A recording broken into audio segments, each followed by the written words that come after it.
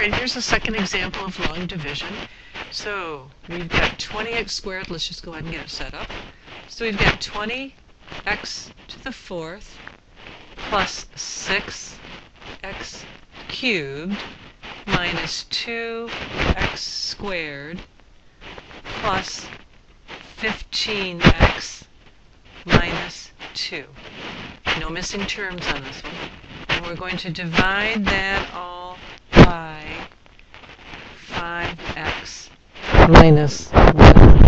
Alright, so let's start. Okay, so 20 divided by 5 is 4. X to the fourth divided by x would be x to the third. Multiply it out. 4 times 5 is 20. X to the third times x is x to the fourth. And then 4x to the third times negative 1 would be minus 4x to the third. Parentheses, draw your bar underneath, and big subtraction sign there. And now we're ready to subtract. So 20x to the fourth minus 20x to the fourth, those are gone. 6x cubed minus negative 4x cubed, that's the same as adding. So these are going to be 10x cubed. Bring down your next term, minus 2x squared, and start again. So 10 divided by 5 is 2, so plus 2. X cubed divided by x, that would be x squared. So let's multiply it out. 2 times 5 is 10. X squared times x is x to the third. And then 2x squared times negative 1 is minus 2x squared.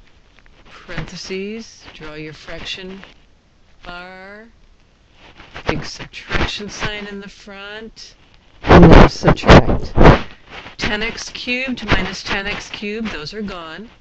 Negative 2x squared minus a negative 2x squared, that's the same as adding.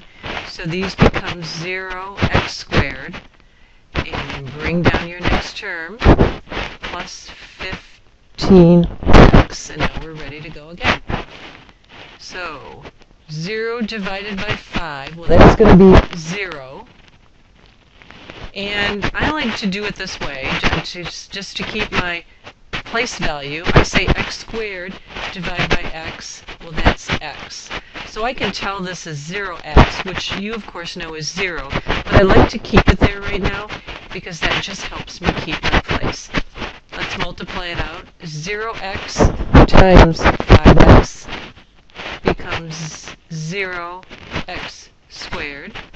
0x times negative 1, now that becomes minus 0x, or plus, it doesn't really matter.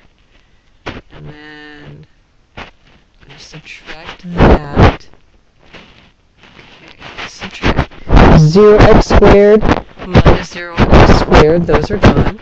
15x minus 0x, or plus 0x, it doesn't matter, is 15x. And now we bring down the negative 2, and then we do it again.